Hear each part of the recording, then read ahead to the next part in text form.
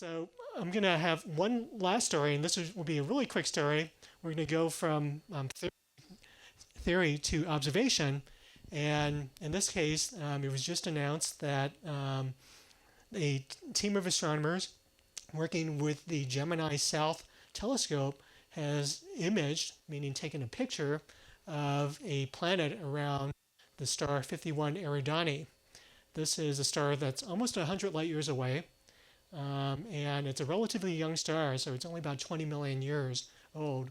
And unlike a lot of the other techniques for finding planets around other stars, which are indirect, you're either looking for a planet casting blocking part of the starlight, or a planet causing the star to shift its velocity in a very minor way. What this group has done is to find a planet directly by imaging it, and so they've looked at it through an instrument called the Gemini Planet Imager, an instrument that was built specifically to find planets around other stars.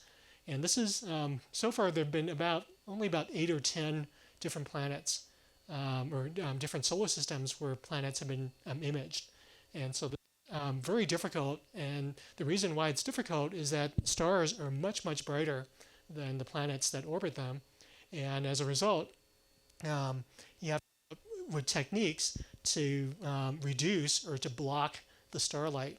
And so the planet imager is an instrument that combines a coronagraph, which is an instrument that blocks the central starlight, along with a an active system to basically correct for the distortions of the light caused by the atmosphere, so that so that the blurring of the atmosphere is minimized.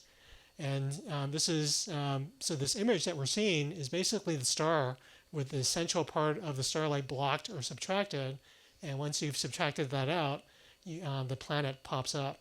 So this planet is about 12 astronomical units away. So if it was in our solar system, it would be further away than the planet Saturn.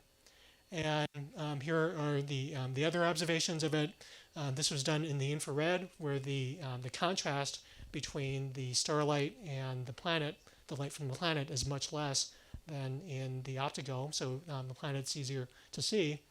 But the other reason that they did this is that planets are very young planetary systems. The system is 20 million years old. Planets are still relatively hot. The heat from their formation means that they're still probably glowing with a lot of heat, and this makes them easier to find.